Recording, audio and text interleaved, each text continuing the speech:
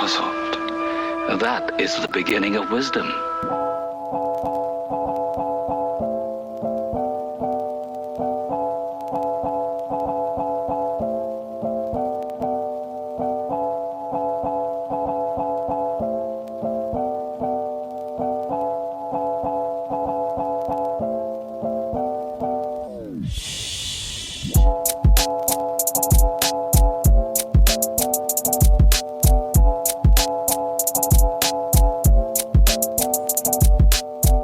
Welcome to The Secret Podcast. My name's George. I'm here with Brett and Bradley, and we just passed 4,000 members on the Facebook pages. It's been a crazy month since the Boston Expedition Unknown episode came out. People are joining left and right, tons and tons of new members, and they're all asking the same questions. So we decided to get together, bunch up as many of these questions as we could, and put them out on a podcast. Hopefully, this will help some of the new members understand where we're coming from when we talk about solutions, how verses and cities and paintings are all tied together and how it all fits in the world of The Secret. So here we go. Ladies and gentlemen, I'd like to welcome you to The Secret 101. Epic Q&A. Yes, this is your masterclass on The Secret. I think we need to take a giant step back, no pun intended, and just do a quick background of who we are. We're just three guys that are into The Secret, but we're starting this whole thing with the caveat that none of us really are secret experts. We're just people that are into puzzles and into this one in particular, right? I mean, if you say so, right? I don't know. I'm an expert. You're not an expert, dude. We know everything. I think we should go back further than that. Like, all of these people join, they have no idea who we are. Right. They have no backstory to this at all. So a brief snippet of who we are might be a good idea. My name's George. I admin most of the Facebook pages that are out there. I run 12treasures.com. I've been hosting The Secret Podcast since the beginning of The Secret Podcast, since before the first Expedition Unknown episode came out. We've been doing this for 2-3 years now. It's been crazy. I got into this puzzle 10 years ago. Me and Brett worked on another puzzle together on Reddit. And I was looking for things that we can incorporate into our puzzle, and I stumbled on The Secret, and I was like, oh, this looks interesting. So I started reading about it, and I never stopped. So that's how I got into it. Now my life sort of revolves around this thing. It's weird. Bradley, who are you, my friend? Well, thank you so much for asking. Hello, ladies and gentlemen. I'm your VIP guest of the day, Brett. No, I'm just another guy as well. I bought the book when it first came out in the bookstores in 1982. Wait, no, that's Brian Zinn. No, I actually am an EU baby. So you guys are all in my family of being introduced to The Secret by Expedition Unknown. So please don't be shy. Don't feel like you're any less than anybody else. It's brought a lot of exposure to this hunt, and I'm super excited about it. My wife and I were watching the episode last year. Was it 2 years ago now? It was 2017? Almost 2 years ago. Wow. Yeah, it was almost 2 years ago. We were watching the episode, and I was hooked immediately. I was like, this is amazing. We booked a trip to Roanoke Island, and decided that's where we were going to spend our holiday vacation time. And on our way to Roanoke Island, we discovered the Facebook page and the podcast. And, I've worked my butt off and trying to figure out what's what and why and where. And luckily, I've met Brett and met George, and we've become good friends. And now I'm a part of this podcast team, and I'm here to help out as much as I can. So that is me in a nutshell. Very nice, Bradley. So I'm Brett, and I live in the San Francisco Bay Area. I just moved back here from a kind of a 4-year tour around the United States, relocated for work. I'm in the recruitment advertising industry. My background is that I'm just a guy that likes puzzles. I've liked puzzles since I was a little kid. And fortunately and unfortunately, here about 2-3 years ago, I stepped into this thing, and now I can't sleep. So that's me. I remember that these podcasts started, George, it's been a couple of years, right? And I wasn't on any of the first podcasts. I just sort of stepped in occasionally to help out. And then eventually, once the San Francisco hoax happened, that was my first episode, and I've been enjoying it since then. One thing I do want to recommend is that we initially here recently intended on going back and doing a city per episode. So doing a deep dive into each city and the painting and the verse. But a lot of stuff happened in the last couple of months. So we sort of got tripped up on that. But I will say that if you are very interested in in hearing a deep dive in all the cities or just the city that you're working in as a member and a listener, go back and to all the original podcasts. Those are all the experts and all the veterans and all the, all the people that have been doing this for decades and decades talking about those particular cities. We have Brian and Andy who actually found casks on some of those episodes. So, and just other people that have been into this for a long time. So we will eventually, George and Bradley, don't you think we'll go down and, we'll go and do the deep dives into cities here soon, but just go back and listen to all those if you're interested in getting a background to all this. But today we're going to take a huge step back and just really, because of the thousands of people who have joined this craziness in the past month or two, we're going to just take a step back and answer some basic questions. So people that have been doing this for a long time, if this is going to bore you, that's okay. You don't have to listen. But we'll do more fun and a bigger, deeper dive here coming up in the next one. And just to add to that, as since we're explaining who we are, just to let everybody know, we're just the voices of the podcast. We are part of a much larger team of incredible individuals that work together and try to solve this, including you, the community. So thank you so much for listening in. Thank you so much for all of the contributions on Facebook. We're obviously nothing without you guys. You guys are what keeps everything interesting and moving forward in the direction of finding the fourth cask. So thank you. Any updates? I know we had a huge announcement. What was that, a month or so ago, about the Boston cask? Anything else change that you guys want to talk about? Do you guys want to talk about the St. Augustine meetup that's coming up here? Yeah, absolutely. St. Augustine meetup is December 7th. If you haven't seen the invite, it is posted. It will tag it as an announcement here in a couple days, just in case you haven't seen it, so that everybody can go and get the info. And we definitely want as many people who can attend to attend. The San Francisco meetup was an absolutely amazing time. It's just a great time for you to meet other hunters, for everybody to bounce each other's ideas off one another, and just to have a good time. It's often said, but the treasure of the secret is not finding the cask. I mean, obviously we all would love one on our bookshelf, but the treasure of the secret is this time we get to spend with each other, and build this community. So definitely bring your friends, bring your family members, and let's have a great time. Yeah, the St. Augustine meetup, like Bradley said, it's going to be on December 7th. It's going to be at the Fountain of Youth at about 1 p.m.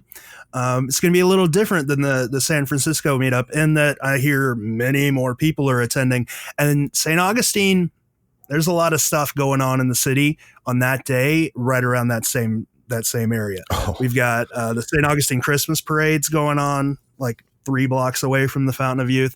The Fountain of Youth is having like a Public Servant Appreciation Day where military members and veterans and I think police and first responders and stuff get in free or at like some huge discount. So there's going to be a decent amount of people there.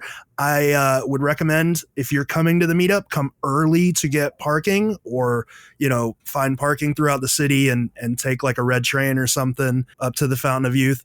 I'm going to be there pretty early. I think we're going to meet at the Fountain of Youth for lunch with, whoever shows up. John Frazier, the owner of the Fountain of Youth, has given us like a discount, sort of, it's like coupons for, I don't know exactly how much off the price of admission. So everybody that comes to the meetup will get a discount on the price of admission.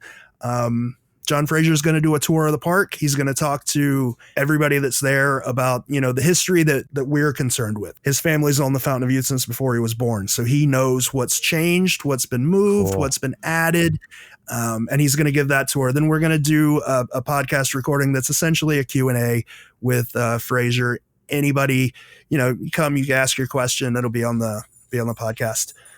So yeah, it's going to be great. We got a bunch of kids are coming too. People are bringing their kids. So we got some stuff planned for the kids so they won't be bored. It's going to be awesome. You know what bothers me? Why didn't you guys do this for the San Francisco meetup? How come you're going to have 70 people, a scavenger hunt? You're meeting the owner of the Fountain of Youth. It was like ghetto time out here. Now we got to step up our game, San Francisco. We got to really do it right. We're going to get the mayor. We're getting the press. Oh, we had the press out there. No press in St. Augustine, I don't think. We had Matt in San Francisco. Yes. That was kind of cool. Okay, celebrity. We're gonna have Brian in St. Augustine. So Brian Zen's coming. I think he's bringing his cask. So if you've never seen one and want to, come on down. He better have some handlers around him. Keep that thing. I told him, I was like, the Fountain of Youth has a safe. Don't worry, Brian. You want to carry it around all the time. And that's where the Fountain of Youth cask is, in the safe already. You can put your cask next to the silver salt cask. Yes. No. So now we got to make this an annual thing, and we got to step up our game, San Francisco. But we had a good time out here. That was super fun. So I'm jealous of you guys. That's going to be awesome. Well, you can come to the next one, the one after St. Augustine, which is New Orleans. I'm all over that. Yeah, that buddy. Sounds great. So we'll find out what I'm willing to do for some beads. We're flying Kit Palancar out for that one. Yeah. So anyway, these questions we've got are going to take forever. So Brett, what's our first question? Okay. So let's do this first of all. Let's talk a little bit about etiquette, and let's talk about the basic rules of the Facebook page. And for having 4,500 members or whatever we've got, we've only had to ban what is it, 10 or 20 people? It's a handful. It's like 20 people. What's weird is we only banned I could count on one hand the amount of people that we've had to ban since before the Boston episode came out. That the Facebook groups have been around since 2014, I think, and we banned 5, maybe 6 people, not including obvious spam accounts or whatever. But it's been a weird influx. It's tripled in the past month. It's crazy. Yep. My philosophy. So the history of the Facebook page is the Facebook page was around for a while and it didn't have an admin. And then sometime in 2015, 2016, I was made the admin with, a couple of other people who left. My philosophy when running a group like that was you guys don't need rules. Everybody is an adult. Every adults know how to interact with other adults. So my only rule was don't be a dick. And that's a vague rule, who decides who's being a dick, but we all kind of know, right?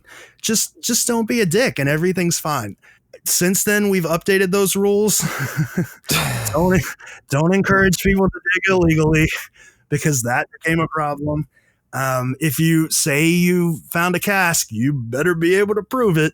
So the rules have updated a little bit, but generally, the broad rule is just don't be a dick. It's interesting because people will find new ways to force us to make rules. We don't want rules. I don't like rules. I want to be able to just type freely and be a sarcastic a-hole and have fun and and say whatever I want. But people just give them an inch and they take it a mile, right? So I don't want to ban people. And the other thing is we give them plenty of opportunities, and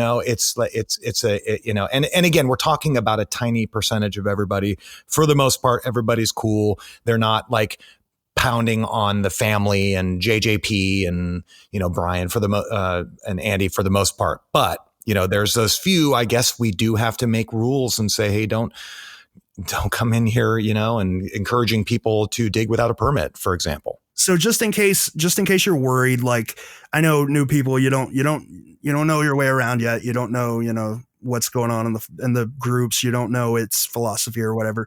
Let me tell you the process. If you're ever worried that you're going to post something that somebody's not going to like and you're going to get banned, there's a process for that.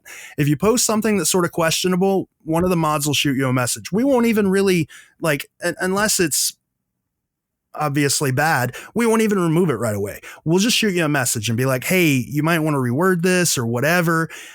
If you don't do that, people start reporting it or whatever, we might remove the comment. If you continue to do stuff like that, we'll mute you so that you can't post, but we will also send you a message and let you know exactly why.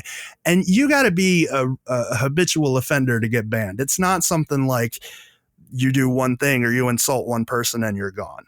So don't worry. It takes work. And the other thing is like people using the page as their personal blog. And, we had a case where somebody was seemingly breaking into private property, filming it, putting it up, a bunch of craziness, got a warning, did it again, got another warning, did it again. And finally, third time was a charm. So like, you just have to, we're all adults, and you just have to, understand basic diplomatic behavior, I guess. And one thing that is certainly, and I posted about this probably 5 times, one thing that is certainly going to get you highly criticized is if you come in and say something like, hey, I've been at this for 3 days and I 100%, 1000%, 400% have the 3 cities solved. We're not going to stop you from doing that, but you're probably going to get stopped by other members who, that claiming that type of stuff irritates them for various reasons. So, if you're going to come in like that, then you do have to expect you're going to get criticized, and it might get a little heated. Yeah. So word to the wise, you do not want to post, hey, I have solved blah, blah, blah, unless you are attaching a photograph of yourself holding a cask. Because if you're not, you have not solved it. It's that simple, guys. Brett just said that we won't say anything. I will say something. I will comment on your post and I will say, hey, will you please kindly change that to I believe I have? And I'm not doing that to be an asshole. I'm doing that to try and save you a lot of craziness that will come your way. Good. It's just as easy to type I think I have solved as it is to type I have solved. And it's not just, to save you, it's to save others, right? So many new members, they don't keep up with the intricacies of the secret. They're not on the Facebook page 24 hours a day, 7 days a week. They don't know what all's going on. So if they just pop into the page one day and they see some random Joe Blows like, I solved New York, they're just going to think, oh, that sucks, man. I'm in New York and I was looking for that. That's exactly it. Don't get us wrong. We all want the next cask to be found. Oh, yeah. And we will all be super excited for you when you find it and you actually dig it up and have it. Now, yes, that comes with a little bit of tears on our side. If it's the one that we were looking for, we can tell you from Brett, especially since he was looking for the San Francisco cask and that hoax happened, he can tell you the roller coaster of emotions he went through. So that's where we're going with that. Don't think we won't be excited for you. We want each and every one of you to find one. If you actually think you found a cask, there are things that you can do. Number one is let us know. If you go to 12 Treasures, at the very bottom of the page, there's a contact us form. It goes right to our email. We all check it. We know people who can verify your cask. Like if you find something, you take a picture of it, tell us where you found it, shoot us a picture. We can try to get it verified. I mean, I can't guarantee it 100%, but we have enough contacts with enough people to where we can send this around and say, is this legit? Is this plausible? I mean, when Boston came out, when that first picture came out, we had that verified in an hour? If that long. We just couldn't say anything about it. Right. Yeah. Right. We're not going to drop any names, but let's just put it this way. Whoever it is you're thinking of trying to get a hold of, we probably know them. We can get a hold of them. Yeah. So just let us know, man. We're here to help. We're not going to steal your idea. We're not going to jump your spot. We've been doing this long enough to where that's not an issue with us. We're mainly here just to help. So if you need the help, reach out. And so ways you can reach out, those are covered in the announcements as well. At least I think that announcement is still up there. But if it's not, there's a couple different ways. Super easy. 12treasures.com. I think our contact information is there. We have direct messaging on Facebook. You can message us individually or from the page, any of those. We also have an email address for you. It's thesecretpodcast@gmail.com. That's SHHH, thesecretpodcast@gmail.com. And last but not least, a resource that I was super excited about, but has not gotten a lot of usage, is we have a phone number for you guys. So if you ever want to just give us a call, you're welcome to. It's 904-325-6631. That's 904-325-6631. It'll allow you to leave a message for us. If you just want to share an idea, go for it. If we have a specific question, we will try our best to get back to you as soon as possible. You can leave your phone number. I can't guarantee we'll call you, but if you leave an email address or something, that would be the quickest, easiest way for us to get back in touch with you.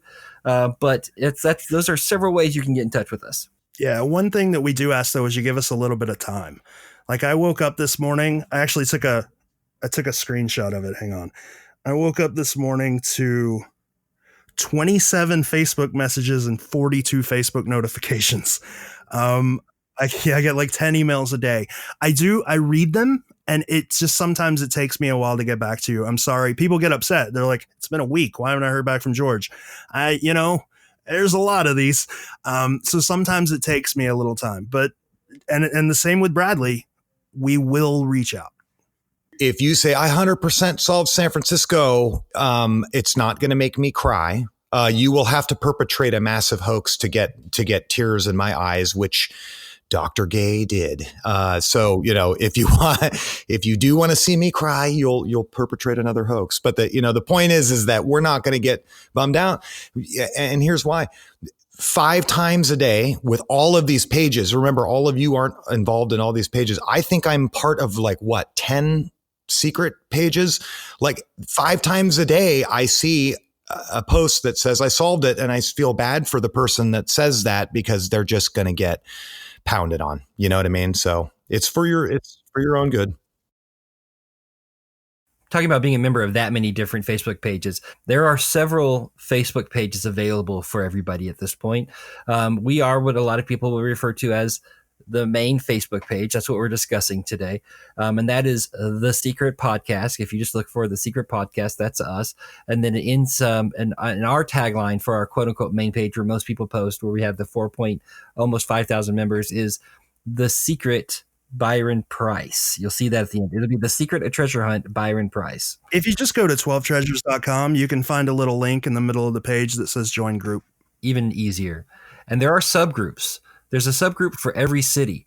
So if you're really, really focusing on a specific site, if you look at the top of that page, once you go to Facebook, there's an announcement. It's done by George, and it has the link for every specific Facebook page for your site. So it'll be a great resource for you to click on that and read through the history of research that your community has done there as well. And there are a couple of sites that none of us have much to do with, right? There's the San Francisco one that is moderated by our friend Bill.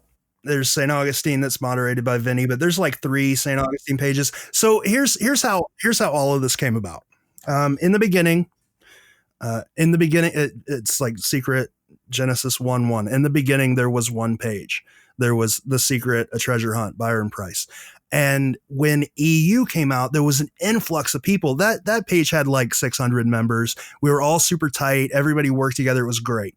When EU came out, there was an influx. There was 1,000 people that were added to the page overnight. And the members of the original page were mainly focused on solving Houston. They were starting to complain, they've got all these people talking about different cities, and they were like, can we create subgroups? So we made sub pages for, every different city. Some were already made. Bill had already made the San Francisco page. So we were like, Bill's a great guy. We're not going to make a page to compete with him. Vinny had made the St. Augustine page. I don't really know Vinny, but I was like, I don't want to compete with anybody. So whatever. There was a New York page that was added. There's some drama there, but that's how the multiple groups started. And then, people were like, we want to start our own group to focus on this, or we want to start our own group to focus on this, and, have at it. So if you're interested in The Secret, there's probably 20 pages you can join to get the whole effect. So we talked about the different Facebook pages. What about the different websites? So we talked about 12 Treasures. So there's Q4T that a lot of people ask about, and there's the wiki site that a lot of people have asked about. But as far as the wiki goes, some people call it the wiki, some people call it PBWorks, but there's a wiki site. And I would say the most useful thing on that site is the gridded out images. So when you're talking about the image with somebody else, you can say, hey, look at A3. This is what I see.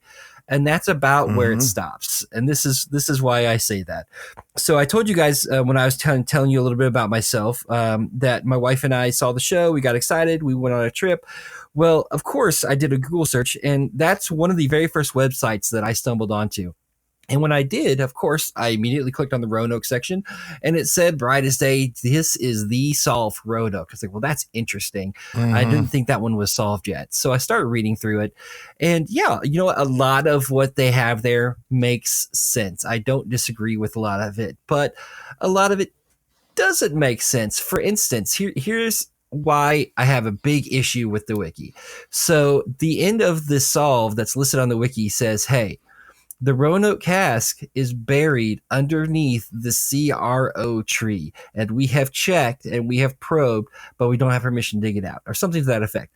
But it says it is without a doubt it is buried under the CRO tree. Well, okay, number one, that tree was not there in 1981. Number two, let's say there was a different prop tree. This is not a real tree, by the way, if you go to theater.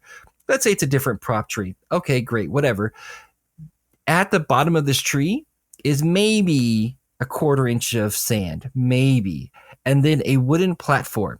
It's not ground. You can't bury something there. So whoever is supporting this site and whoever is the admin of the site clearly has not done the research to back up their solve. So when you're talking about the wiki, it's important to understand how the wiki came about and what it is. Right. So years and years and years ago, there was a forum called Quest for Treasure. Quest for Treasure has been around since like 2004, 2003. It's been around forever. And they decided, the members of Quest for Treasure decided that they needed what was essentially a knowledge base. They needed a place where they could put all of the information that they had in an easily digestible place so that they could reference it. Right. So the wiki was born, and it was essentially every single member were able to collaborate and change the information as needed. And then over time, it got locked down and it got taken over by one person who now controls this. And yeah, it is kind of a sounding board. You'll hear a lot of old members talk a lot of crap about the wiki, and that's kind of why. It was a bunch of information that was garnered from a group that was taken over by somebody and used to sort of push their own agenda. And like Bradley was saying before, a lot of it's just flat out wrong. Up until this point, the wiki's saying that the Boston cask isn't even real because it was not where they thought it was. They're saying dig in a place in Roanoke that you physically can't dig. It's a wooden platform. You just can't dig there. But having said that, there's still a lot of good information on the wiki. You just sort of have to ignore this is exactly where the cask is. That's right. And I said it in a previous podcast, and I will say it again. This is where I went to get some good information. I think I just let myself get swayed. But like the grid system, I think is an awesome way to organize your search and be able to call out certain things, right? In the images. I think that's really cool. And there is some good information in there, and at least it's a good place to find like the verses by themselves and the images by themselves. And when before 12 Treasures came out, or I got a book, I mean, that's where I was looking at images. And then I realized, hey, I've been looking at images that are pretty fuzzy for a long time. And that's sort of how 12 Treasures was born. We wanted a place where we could take opinion out of the wiki, where we could take all of this information that is just the verified information and put it somewhere so that we wouldn't, that information wouldn't be used to push just one idea. Everybody would be able to make up their own minds, that's why we did city pages with a painting, but on that painting, you can switch between verses to whatever verse you want to use. We're slowly populating 12 Treasures. I haven't worked on it, on putting the appropriate information on it as much as I had, but hopefully hopefully it'll get there soon. So, George, you just mentioned the verses and the images and how you can swap between the different verses on 12treasures.com. Why aren't they cemented? Why would somebody want to switch? I mean, don't we know 100% certain without a doubt which verse goes to which image? The verses and the paintings aren't cemented on 12 treasures because we're not 100% sure they're correct. We're like 90% sure they're correct, but not 100%. And people like to mix and match. There's reasons we're 90% sure, and it's because all of the verses and the images and the cities, they all sort of have links to each other. Say, for instance, in the Cleveland verse, it tells you to seek the columns. The columns are in the painting. We know those two are linked. Mm-hmm. And then let's look at Chicago. Chicago tells you fence and fixture. Once you're on site, you see that fence and fixtures right there in the image. You know that is what goes to that verse. There's no question about it. My personal favorite one, Roanoke Island. That's the one that I feel like is undeniable. Go to the land near the window. Yeah. And then Roanoke Island is right there next to the window in the painting. And then in the images, some of them have latitude and longitude coordinates. Some of them have like outlines of states. For instance, New Orleans has the outline of Louisiana. Cleveland has the outline of Ohio. So we're able to use things like that to link them to cities. So we can link the verse with the image for something in the verse that calls out something in the image. We can link the image to the city by something in the image that calls out the city. And then there are other ways. In the Milwaukee painting, there's an acrostic that says Milwaukee. In the New Orleans painting, there's a quote from a book about New Orleans. Same in Charleston. We're going to get emails on that. That's not an acrostic. Well, whatever. No, it's not an acrostic. What is it? What is that? It's a rebus. A rebus. My bad. Yes. I don't want to fill those emails, George. Okay, so the exact question that came in, and I want to make sure, I don't remember who the person was that left the voicemail for this, but how are the paintings and the verses matched? And that's a very specific question, and that's not a question that can be answered with 100% certainty. And I think that that's what you're hearing us say. Nah, I'm not going to middle ground this one. They're pretty well matched up pretty perfectly to me because so there's 12 puzzles in all, right? There's 12 different cities. There's 12 different verses. There's 12 different paintings. There's 12 different cities, whatever. Each of them are linked to each other in specific ways, but overall there's a pattern, right? Most of the paintings have either a map of the state or latitude and longitude coordinates, a zip code, something in them that tells you this is at least the state you should be looking in for this image. Most of the verses have something that calls out something in the image that says this is the verse you should be using with this painting. Some of the verses have things that call out cities. So if you have like the New Orleans painting that has the state of Louisiana in it, and then you have the New Orleans verse that has a quote about New Orleans in it, you know those two are matched together. Same with Charleston. You have Charleston has Peninsula of Charleston in the painting. It has Fort Sumter in it. And then you have a verse for Charleston with a quote from a book about Charleston. You know those two things are matched together. Cleveland has Seek the Columns for your search, and you have a painting with columns in it. You know those two are matched together. Florida has a big, huge outline of Florida in it. And then you have a verse that talks about the Saloy Indians who were in Florida. You know those two are matched together. So those are pretty concrete ways, and they span all the pattern of how to match them together spans all of the verses in the paintings. So in a way that where it just can't be coincidence. Let me just finish my thought though, because you've also in what you're talking about, you've said ways that the painting can be matched to the city or the verse can be matched to the city. And the question was, how are the paintings and verses matched?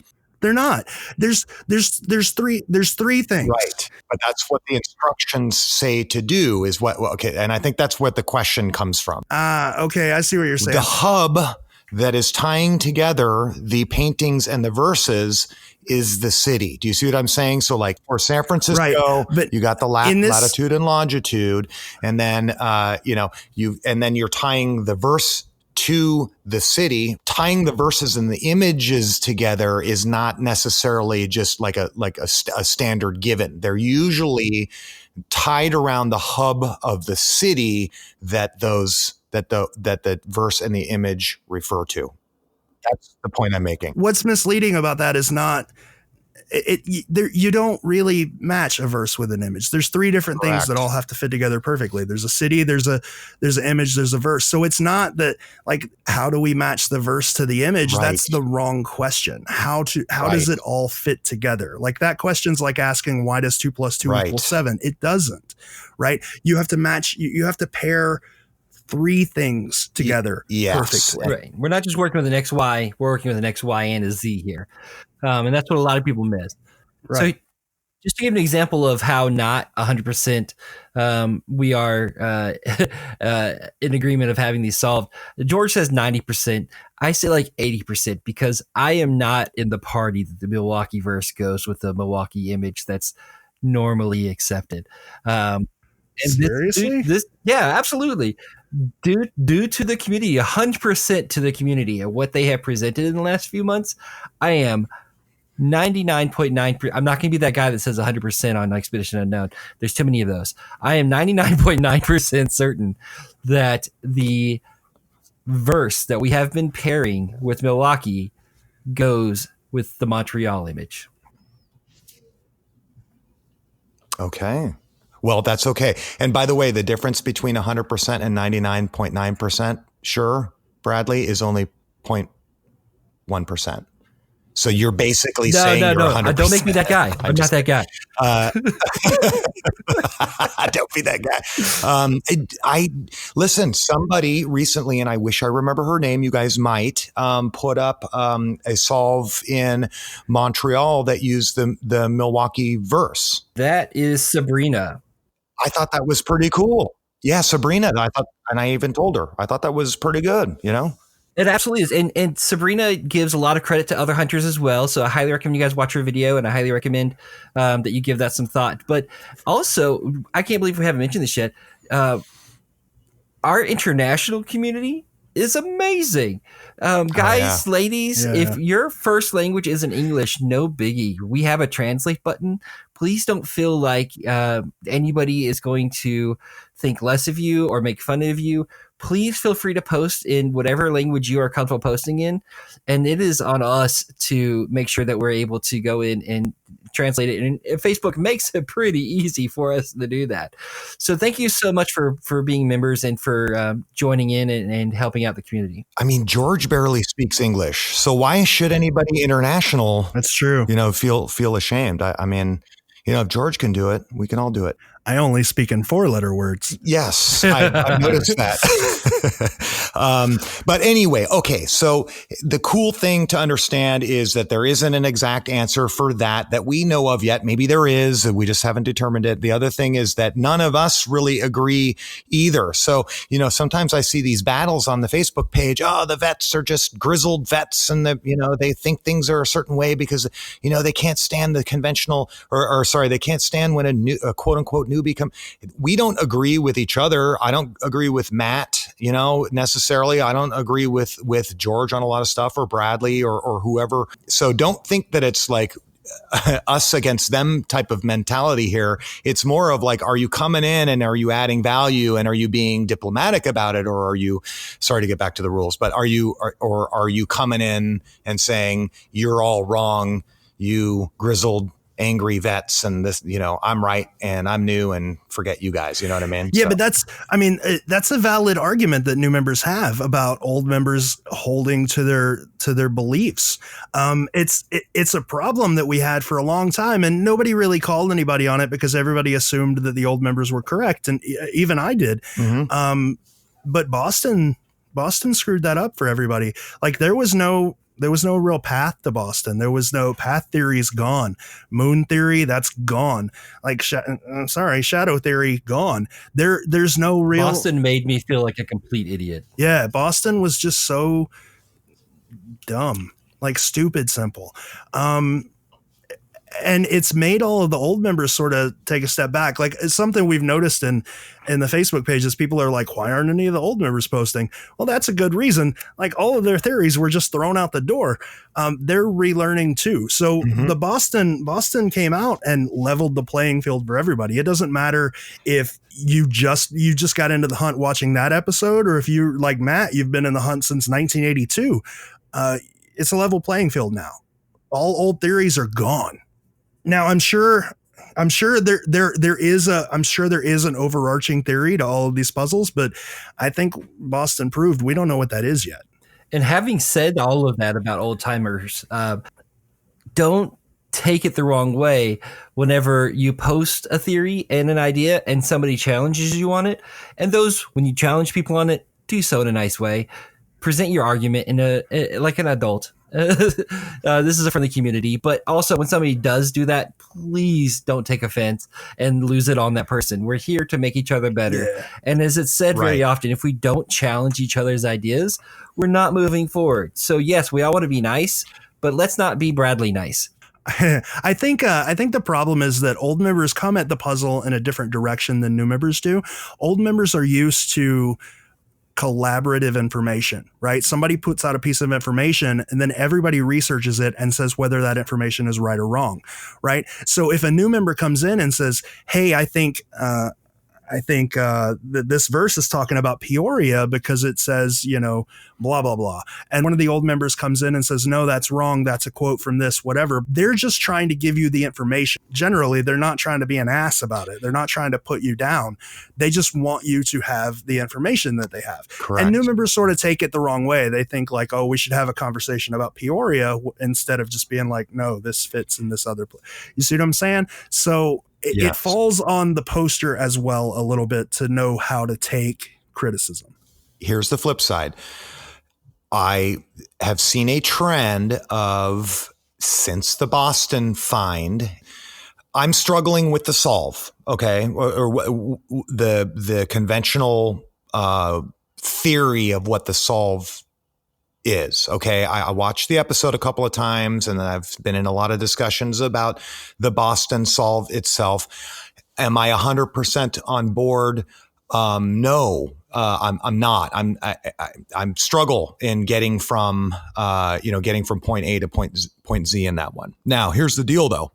What people are doing is that they're taking that very same, the solve that was laid out, and they're applying it to all the other the other cities. So, for example, it's said that the word Boston is written in the Boston image, right? So everybody's now looking for San Francisco written in the San Francisco image, and the, New York written in the dress of the, and fine, it might be. I just want to caution people to be careful of going into all the images and just looking for words. And I will tell you that because if that is Boston in the Boston image, it's not like Cleveland is written in the Cleveland image or Chicago's written in the Chicago that I've seen. Maybe it is in there, but I haven't found it yet, and I still struggle that's Boston in there, even though the artist said so himself. So, what I'm saying is that, there's a reason why some of the newer people that are coming in, based upon the Boston episode and the Boston find in particular, are getting extra criticism. It's because they're taking that solve very literally and trying to apply it to everything else. When you look at art as an artist, it's different than when you look at art as a viewer, right? When you look at art as a viewer, you see, for instance, Boston, you see a woman holding a box in front of a window with a bird next to her and some globes and blah, blah, blah. When you look at that as an artist, you see shapes, you see cylinders, you see spheres, you see triangles. Art is sort of created that way. It's created as random shapes that are defined into much larger images, right? Mm-hmm. The lady is a rectangle on top of a circle with some triangles, and then it's fleshed out to look like a lady. So when you start looking for things in the image, like letters are the same way. They're angles, they're curves, they're circles, they're whatever. You'll be able to find them in the image just because of how the image is laid out. That doesn't necessarily mean that they're right. So on the topic of that, finding letters and things in the images.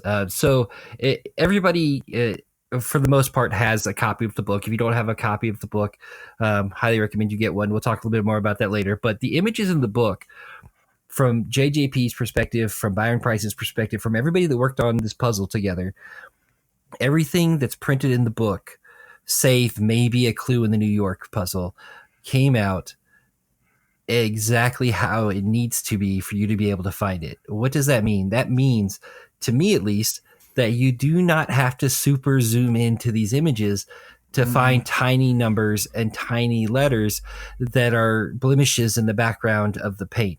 It's absolute, in my opinion, not necessary or helpful in you finding a solve. Let's look at Boston. The biggest clue was smack in front of my face the entire time. It was a home plate on her sleeve.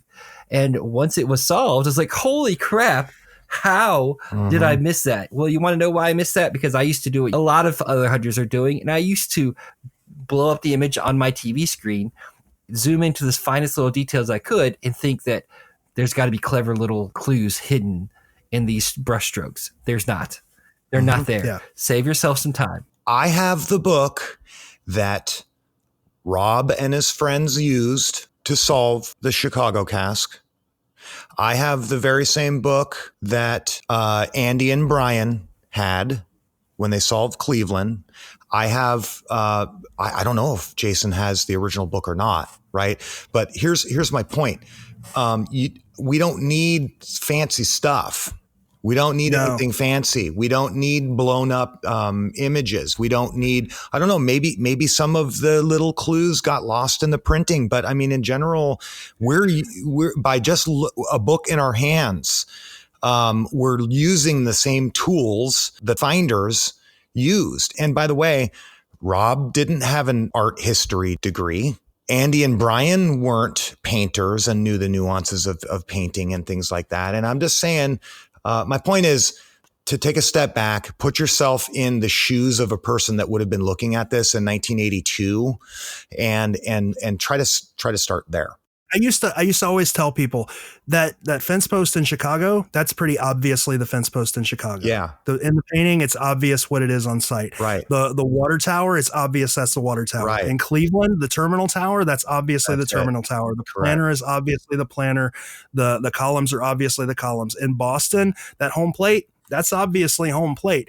I used to tell people that before Boston were found, and the response from everybody was always, these are, they get progressively more difficult and maybe the clues get more obscure or whatever. But Boston showed us that's just not the case. Like two things that are similar don't necessarily make a pattern, but three do. And it's becoming a pattern that the things that you need to see are very obvious and they're very exact.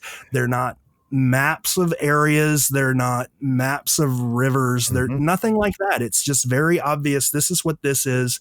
And maybe it's hidden a little bit like home plate. You don't necessarily know what it is until you see it, but it seems to be very obvious. So I know 12 Treasures has the super high res images that you can zoom in and see essentially the printing dots.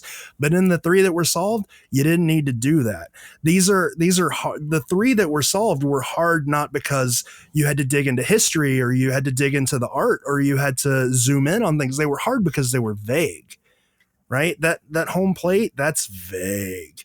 Like if you didn't live in Chicago, you would have never solved Chicago. If they hadn't found those words on the planner in Cleveland and that being such an exact match, Cleveland would have never been found. That dude that lived in Boston, like that, Jason, he said he walked past that every day and suddenly it just clicked. That's what makes these puzzles difficult. It's difficult to solve them when you're not there. So the advantage that we have is that we have the internet, so we can start checking stuff out and you don't have to leave your couch, right? Or your desk. Yeah, but that leads to more problems, right? Before Boston came out, you wouldn't imagine the theories people had for what feel at home means. And then suddenly it's just home plate. And that's what I'm saying. So the advantage that we have is that we can check stuff out and we can research stuff a lot easier, right? We don't have to pick up and walk down to the local library and look for, obscure literary references and right. So you can just Google stuff, right? But the disadvantage that we're at is that a lot of this stuff has changed over time. Due to construction and due to weather and just all sorts of things and just natural disasters and stuff. And so, if you're just using Google and you don't have the perspective of somebody that was checking that stuff out in 1981 or 1982, or the advantage of having those photos and stuff, you're actually at a disadvantage and you're going to end up down rabbit holes that you probably don't want. So I said this several times and I still stand by it 100%. The people that are from the areas where these are hidden have a huge advantage over anybody else searching. And I will tell you, in my personal opinion, the best resource you can find to help you find one of these casks is not going to be at a website. It's not going to be in a Facebook group. If you can find somebody around 50 to 60 years old that has lived in that area since they were young, then they are going to be, in my opinion, the absolute best resource for finding these casks. Yeah.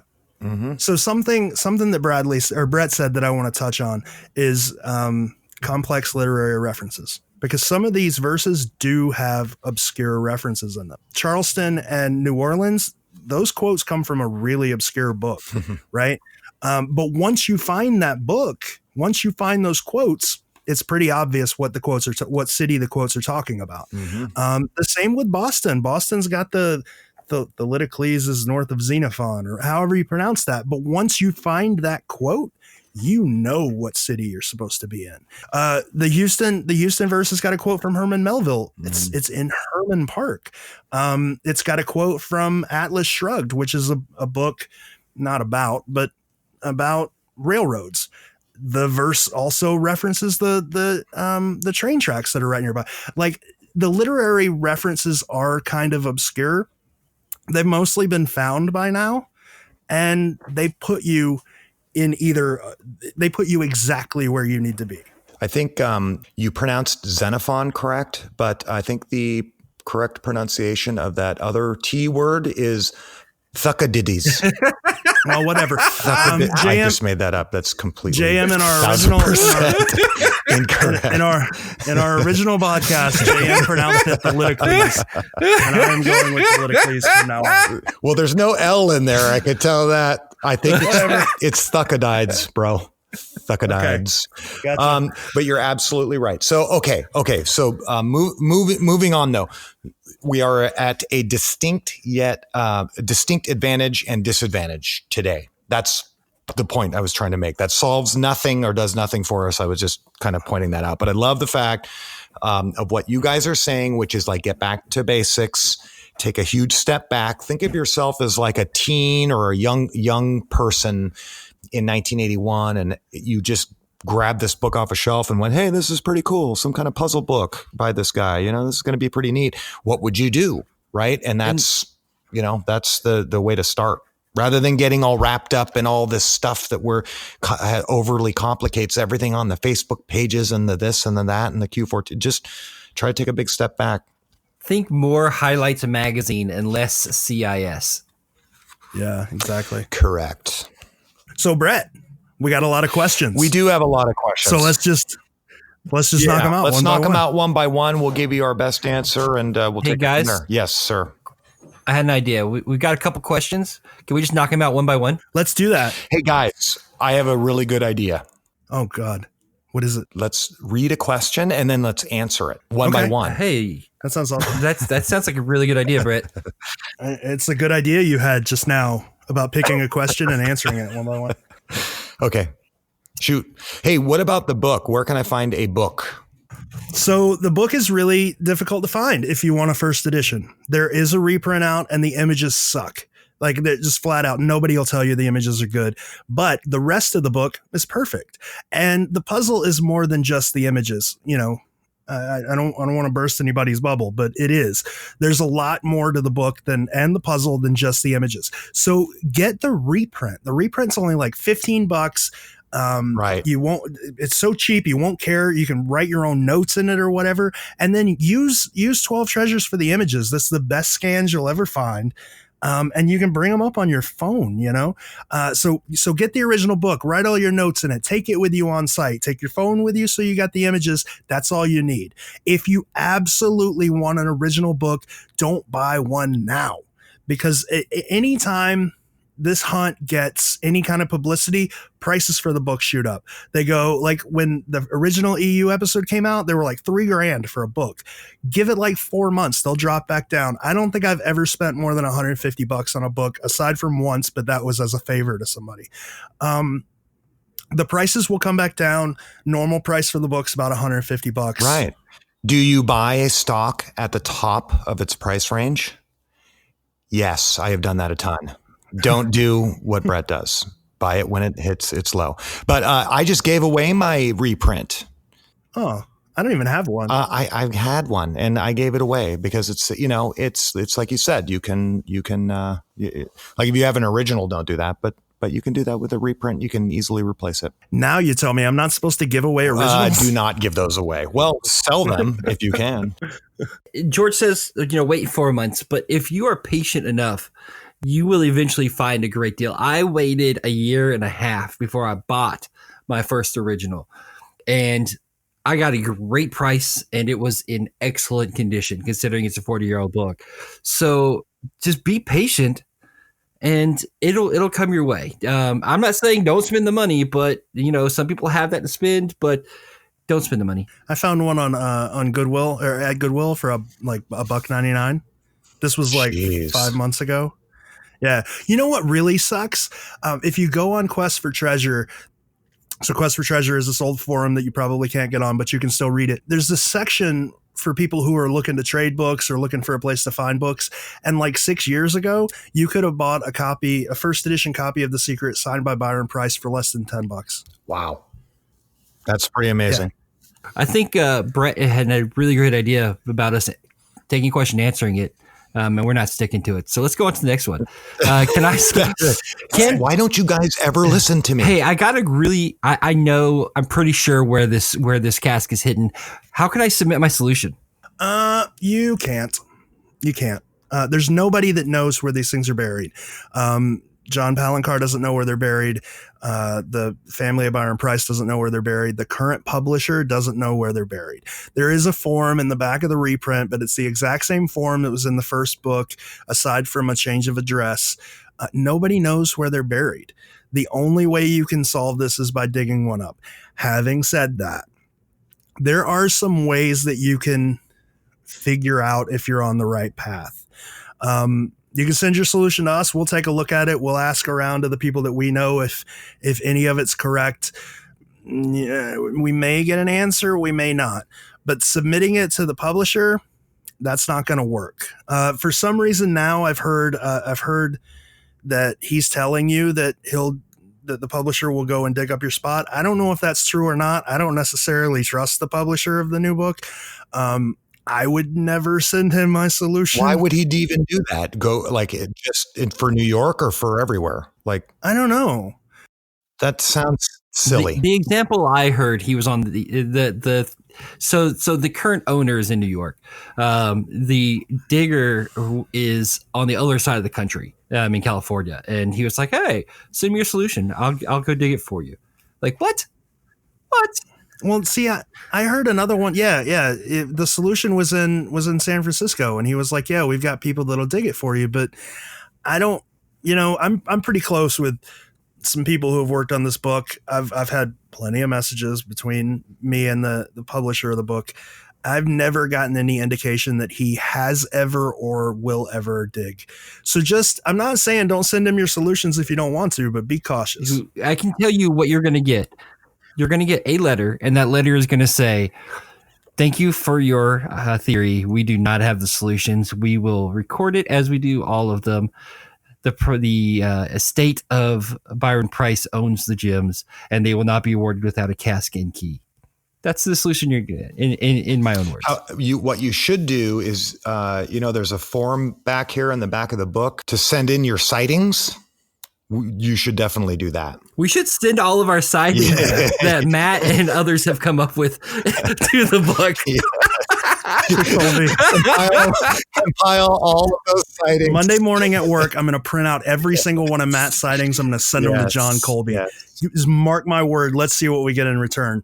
So, Bradley, I got a question for you, and it's a very important question, okay? It's the most important question of your life. I'm 100% serious about this. I know where the cask is in Peoria. I do. Can I just send my solution to like Byron's family or to John Palancar or to Josh Gates? I know Josh Gates will care. I'm 100% certain it's in Peoria. Can I send it to them? Well, I'll tell you what, you absolutely can. That's if you're looking for a restraining order or, you know, something other than trying to find the cask. No, JJP does not know where the treasures are. Even if he did know where the treasures are, he was a dear friend of Mr. Byron Price, and he is not going to give out any information. And that's assuming that he might even know anything above and beyond doing the paintings. Who knows? Byron's family, they were not part of putting this together. Heck, Byron, is it public knowledge that Byron went and dug and hid one during a date with Sandy? Yeah, that's public knowledge. Okay, great. So Byron even left a date that he was on with Sandy and went and dug and hid one of these. She had no idea. So no, the family has no idea. Don't bother them unless you have a cask and key, and don't even bother them if you have one. Reach out to us.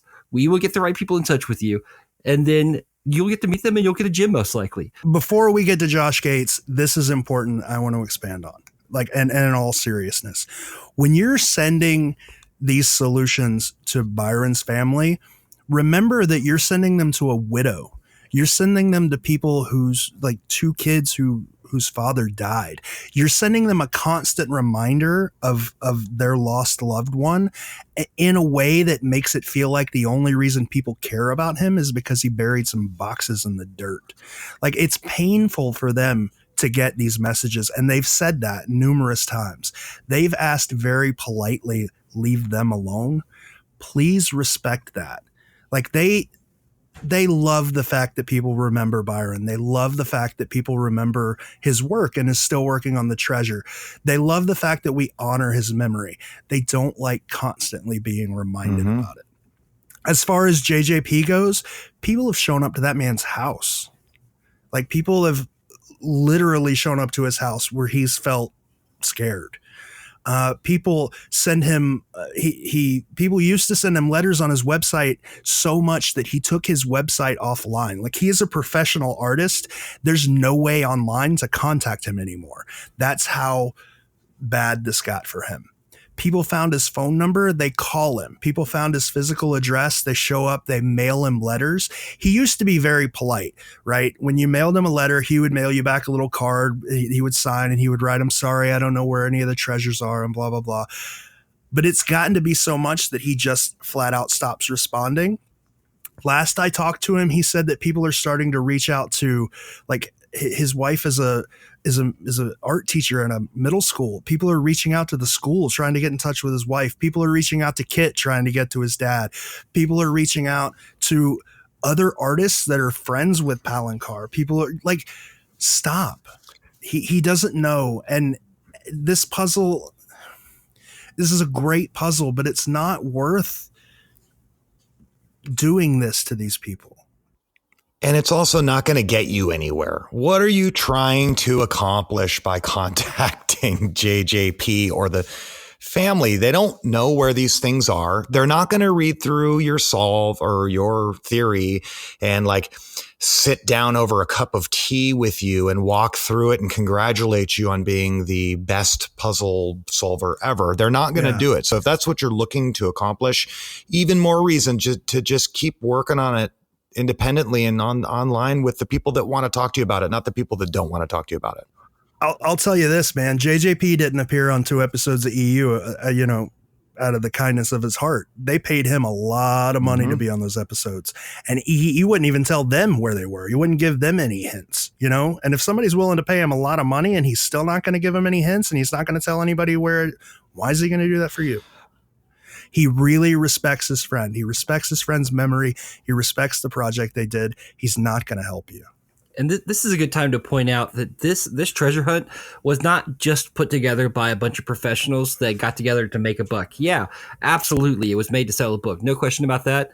But 90% of the people that worked on this project were really close friends. Yeah. They're going to respect each other. They're going to respect Byron. They're not going to help you. Okay. And so, Josh Gates, let's talk about how do I reach out to Josh Yes. Gates? Josh Gates would absolutely love to find another cast. There's no question about that. He is into this hunt as much as, if not more so, than a lot of other people on our community. Now, here's the thing.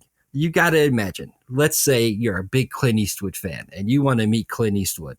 Well, do you think sending Clint Eastwood a message about his hobby is going to get him to respond to you without you having some sort of substantial proof that whatever you're sending is something he's interested in talking to you about? No, absolutely not. Josh Gates, I don't know this for a fact, but I have to imagine that he probably gets triple-digit emails daily, if not weekly, about this hunt. And he is not going through and reading each and every one of them. He has staff. The staff of producers are going through your messages, and if they don't have an attachment with a picture of a cask or something extremely compelling, like a picture of a broken cask, then they are not going to reach back out to you anytime soon. I've heard so many people say I emailed Josh Gates myself. So many. I've never heard one person say they emailed me back, except for the guy who sent him a picture of the lid. They emailed that dude back. I'll say this just real quick. I don't want to discourage anybody from emailing Josh Gates, though, because he has never discouraged anyone. He has said time and time again, send them on, but you're probably not going to get a response. But that's the thing that the point I'm trying to make is that I don't understand. There's like two types of people in this thing. There are the side of people that just want to solve it. And then there are other people that like want attention from it or think that they're going to get on TV because they put a couple of minutes in, so I really don't see unless you've got a cask that has a key in it, I really don't see why so many people are trying to contact these people. Just try to solve it, and then you'll get all the attention that you need. I just want people to think twice before they start, throwing information all over the place. So if I don't reach out to Josh Gates and get permission to dig, who's going to let me dig? Not many people right now. So not even 5 years ago, 2 years ago, maybe even a year ago, in some situations, I could have told you that I could get your permission to dig anywhere in any city that you want. I can't do that anymore. But I'm 100% right. Yeah, did you hear that? Why He's can't you 100%. Yeah, I got it. So I got it. Keep that in mind. So searchers used to be very respectful, right?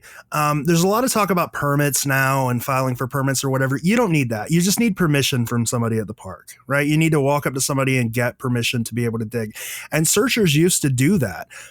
Brian and Andy, when they dug up Cleveland, they had permission. They had a park worker there. They had the news there. It was weird. But searchers were very respectful and parks were very accommodating. And when it really happened at the second episode of EU, it started happening in the first. It got really bad in the second. It's horrible with the third. People just don't care. They just go out and just dig, a hole wherever, and they leave it open. They don't fill it in. They don't respect the parks. And the parks are all tired of it. So they're not really entertaining conversations right now. The best way to get permission to dig is just continue to be respectful, continue perseverance. Keep asking the parks. As long as you are respectful and they see that you are respectful over time, they might warm up and help you. And now some parks like San Francisco, you just fill out a form, you go dig.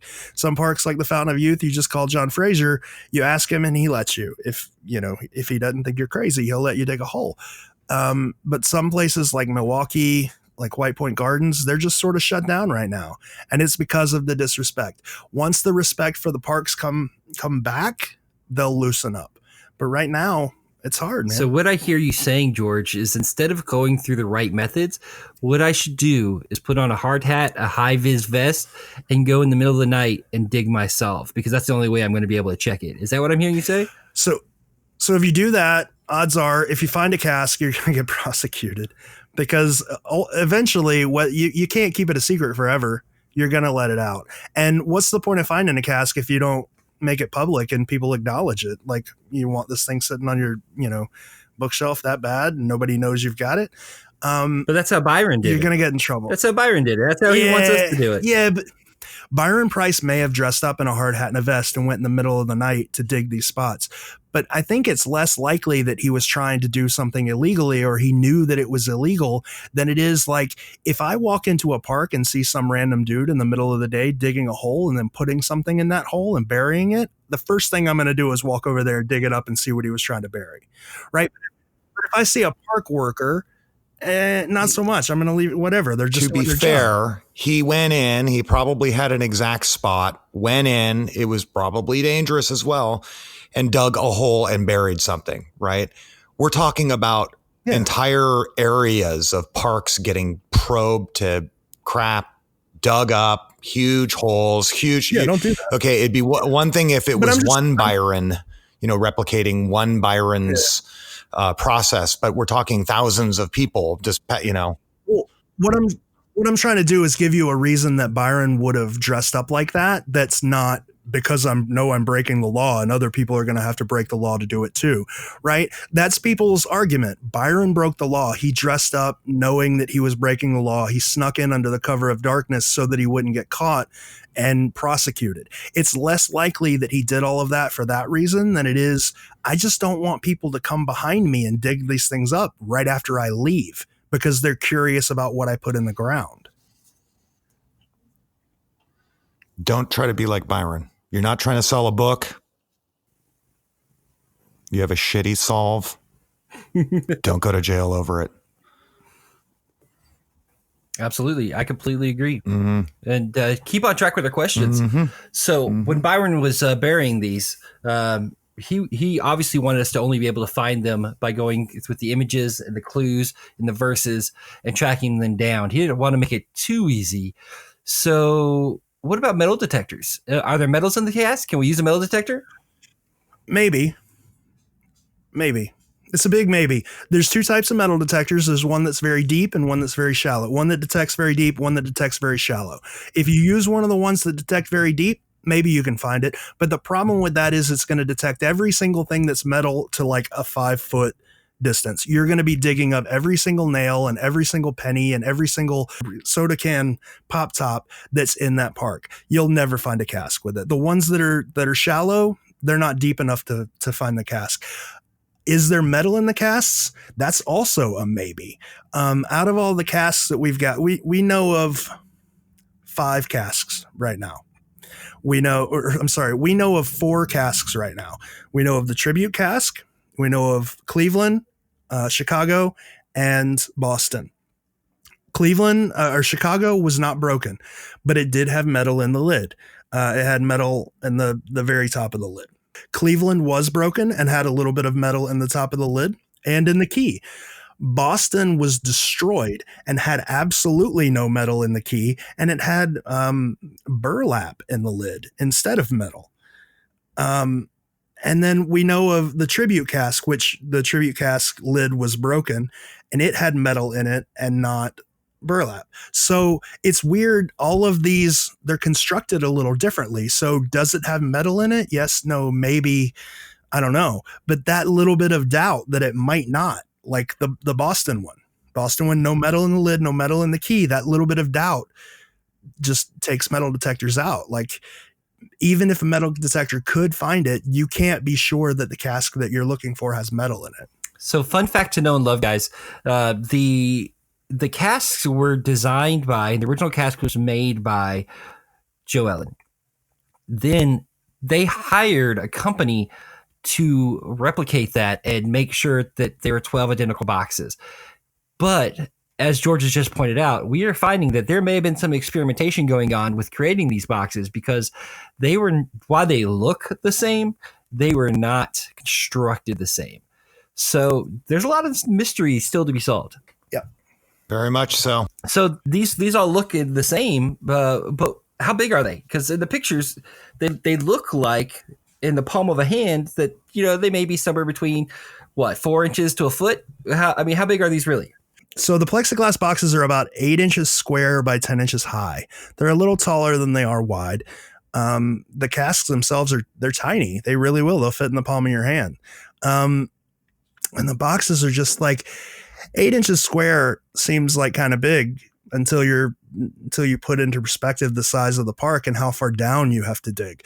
And that's been a question too, like how far are these buried? We don't know how far Boston was buried down. Cleveland and Chicago were about 18 inches, not 2.5 feet. But that far down, looking for something that small, probes are going to be hard to hit it. Like, man, the size of that makes finding these things with a probe difficult. It does, Very absolutely. much so. So, pro tip, and I say that knowing fully that I am not a pro, but pro tip, whenever I go and I have a suspected area and I have permission to go inspect this area, what I do is I set out a grid of about 1 inch by 1 inch for each sector of my grid. And then what I can do at that point is if I find a spot, I've hit something, I think, that might be a cask, I go from point to point in my grid. And if I have exceeded the size of the cask or it's much smaller than the cask should be, I know that is not a cask, and it saves me the time from digging. I went with a hunter to the Fountain of Youth as a brand new hunter, just got in after the most recent episode of Expedition Unknown, to the Fountain of Youth, and they were doing their dig, and I was invited to come out and check it out.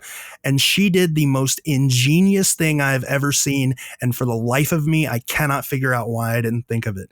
She took a big piece of wooden lattice and she laid it down on the ground, and she just started poking holes in the center of each piece of lattice, because those holes are the proper distance for, like, if you poke in all of those holes, you can be sure that nothing the size of the cask is going to get past you. So something you should throw in your dig bag is this huge 6 by 8 foot piece of lattice. No, seriously, like, the lattice it's a great idea. It'll help you narrow down that spot. So, like, you don't have to guess. You just poke a hole in the middle of the lattice. I'm mad at you for not sharing this earlier, George. I do this in a much more complex way. I'm going to go buy some lattice at the hardware store tomorrow. Yeah, it was an ingenious idea. I cannot believe that somebody hadn't thought of it before. So thank you. I don't want to throw her name out there because I don't know if it's okay, but thank you, girl from the Fountain of Youth. Awesome. So we've talked about the artwork as far as the casks go. Now, obviously, the artwork that everybody looks at on a daily basis are these images, and we would all love to see the original paintings. We got a sneak peek in the Expedition Unknown, and now we are hooked. So why can't we just go and see the paintings? Or why can't I just buy posters or prints of the paintings online? So the paintings, when this book came out, there was a lot of weird legalities with the book. Different people owned different parts and whatever, but it was cool because everybody was friends and they all trusted one another. And then when the book was sold off to Colby, not everybody's friends with him. So the paintings are owned by John Palencar. John Palencar is in possession of all but one of them, and he cannot legally display them, and he cannot legally distribute images of them because he owns the rights to the paintings, but not the rights to the publishing or the distribution of the paintings. So he can't sell them, he can't show them, he can't distribute them. All he can do is keep them in his basement. There is a way for you to see them. And I started down this path and it didn't work out. What I tried to do was get my stepdaughter to date Kit, and then they could get married. And then as a wedding present, maybe we could get the paint, but that didn't work out so well. That's about your only option to see the paintings right now is to marry into the Palencar family. But you can, I'm told by Kit, right? And he would know because Kit lives in the house. He's seen the paintings. The paintings aren't that different from what's in the book, right? What you need to see to solve this puzzle, you can see in the book. You don't need the original paintings. Yep.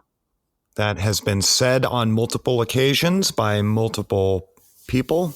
And I'm sticking with that until a cask is found by not doing that. Right? Okay, so here, speaking of that, and this is one of those rhetorical questions that are interesting. Until a key is in hand, are all solutions valid? No. Well, hey, we agree on that. This statement irritates me more than any other statement that I hear, and everybody throws it out. Like I know that there's a cask in Eugene, Oregon, and all solutions are valid until you have a cask in hand. That's not true. These paintings, these verses, this book is a puzzle, and it's interconnected, right? Some things are more true than others. Like if I can take a verse and I can show, or if I can take a painting and I can show you latitude and longitude coordinates that point to a specific city, and I can show you that across all of these paintings, you can't tell me that that's not correct. We encourage creative thinking by all stretches of the imagination. Definitely want out-of-the-box solutions. We're not going to move farther if we don't have them, but they need to be logical, they need to make sense, and they need to have a solid argument behind them. Right. If your solution is correct, you shouldn't be able to poke holes in it. Right? You shouldn't be able to poke big holes in it, because we say a lot that you can't poke holes in Chicago, you can't poke holes in Cleveland, and you can't poke holes in the Boston solutions. It's kind of true and kind of not. You can a little bit, right? Chicago, they got M and B wrong. They thought it was man and beast because of the horseman statue that's in the painting, when it was actually Mozart and Beethoven on a wall right near the dig site. Cleveland, they got wrong. They were digging in the wrong side of the planter. Boston, we can poke some holes in because we don't fully understand the solution. But those aren't, those are tiny, tiny holes, right? And they all affect that one specific area. If your solution is correct, you shouldn't be able to poke large holes in it. You shouldn't be like, I believe the Montreal painting is in St. Louis. Like, okay, well, there's a leg eater in Montreal that's exactly the same as in the Montreal painting. Where is it in St. Louis? Right next to a fleur-de-lis. Yeah, right next to the fleur-de-lis. That's a really big hole that you need to fill. Can I just put this to bed right now? It depends on how you're going to go about it. This is a fallacy in argumentation, in formal argumentation. If you look into rhetoric as a field of study, there is one fallacy of argumentation that is called an argument from ignorance, quote unquote. And I'm not calling people ignorant. That's not me. It's the Latins that will call you ignorant if you argue like this. This formal fallacy of argumentation states that you can't claim you're right just because nobody can prove you're wrong. Do you see what I'm saying there? And that's exactly what you guys are saying. And it's the same thing. You can't say I'm wrong just because nobody can say that I'm not right. So the point is that... Were you captain of your debate team, Brett? He was. I was not captain, but I was definitely on the debate team in high school and college. Okay, but that's not my point. This is easily Googleable, all this stuff. A proposition isn't not true just because it hasn't formally been proven false, and vice versa. Do you see what I'm saying? So like that your theory isn't right just because nobody has thought to knock down Eugene, Oregon or Peoria as a possible solution site. It does not make you right. Having said all of that, we got members who have been doing this a long time who have had their own theories, and Boston, like we said before, shut all those down, right? It proved that they were wrong. And it took a new member coming in and thinking about it a little differently to prove that all of our theories were pointing us to the wrong side of the city. So definitely new ways of thinking is needed, but you also have to remember that while Boston was solved with new ways of thinking, it was also solved using established methods of solving these. It was solved using the accepted verse pairing, the accepted painting pairing. The hard part of that puzzle was already taken care of, figuring out it was in Boston. The different way of thinking was finding that exact spot in Boston. Yes, sir. So you have to remember that a lot of the accepted stuff, it's probably correct. It's proven itself over three different puzzles. Except for the Milwaukee verse. Boy, here we go. It's the end you need to think creative. Correct. All right. So another question: who can we trust? So who can we trust? So I think we covered a lot of that as far as like who should you reach out to. You can tell. The one question we get pretty regularly is, well, if I put my theory out there, is somebody going to steal it and go dig it up and steal all my glory? Well, yes, that could happen. And if you're in it for the glory of the solve, well, I'm not going to lie. I think it'd be really cool for people to think I figured out Roanoke Island, but I would much rather have Roanoke Island figured out. So if I can't get down there and I can't dig, I'm sure as heck not going to hold on to my information until I personally can go out there, because I don't live close to Roanoke Island. So I'm not, it's not a hop, skip, and a jump away. So if I have something and I'm like, this is really good info, the first thing I do is I reach out to the people I know that live close to there and I say, hey, do me a favor, go check this out. And if they find it, awesome. Here's a question. Go for it. Okay. So just the counterpoint to all this. So in the history of this puzzle, has there ever been a situation where somebody has taken somebody else's solve, stolen it, posed it as their own, pulled a cask out of the ground, and claimed glory for it? Not that we know of. Pull the cask out of the ground, no.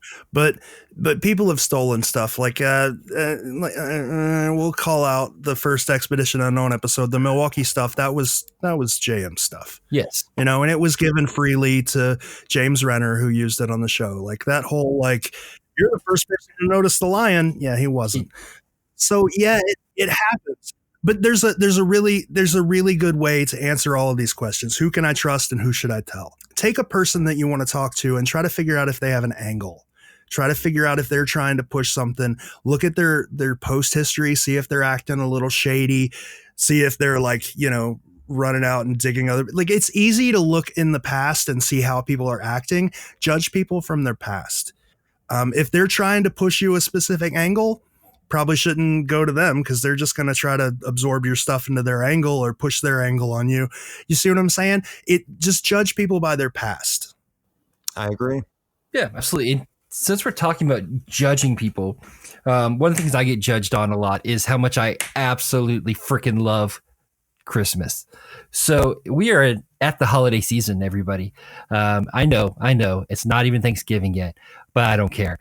It's Christmas time, everyone. And we are doing a secret Santa group for anybody that you obviously do not have to do this if you don't want to. It is completely optional.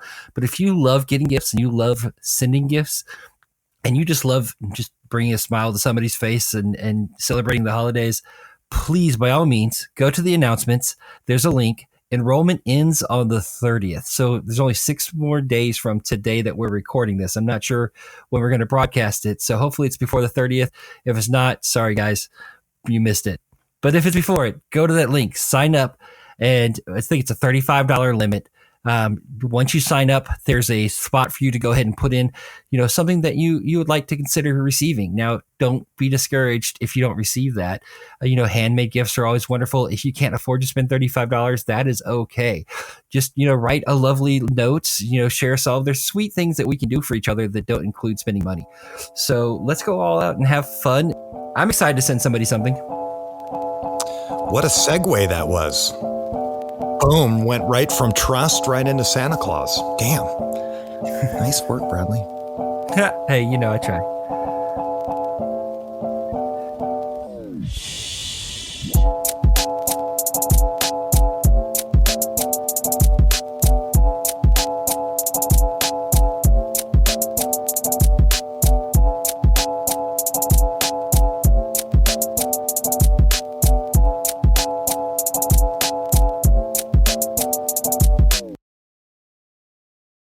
And I think we should also caveat this with, remember, we're just 3 dudes that are into this, and we're not experts, and we're not pretending to be experts. We just, we moderate a page and we do a podcast for fun.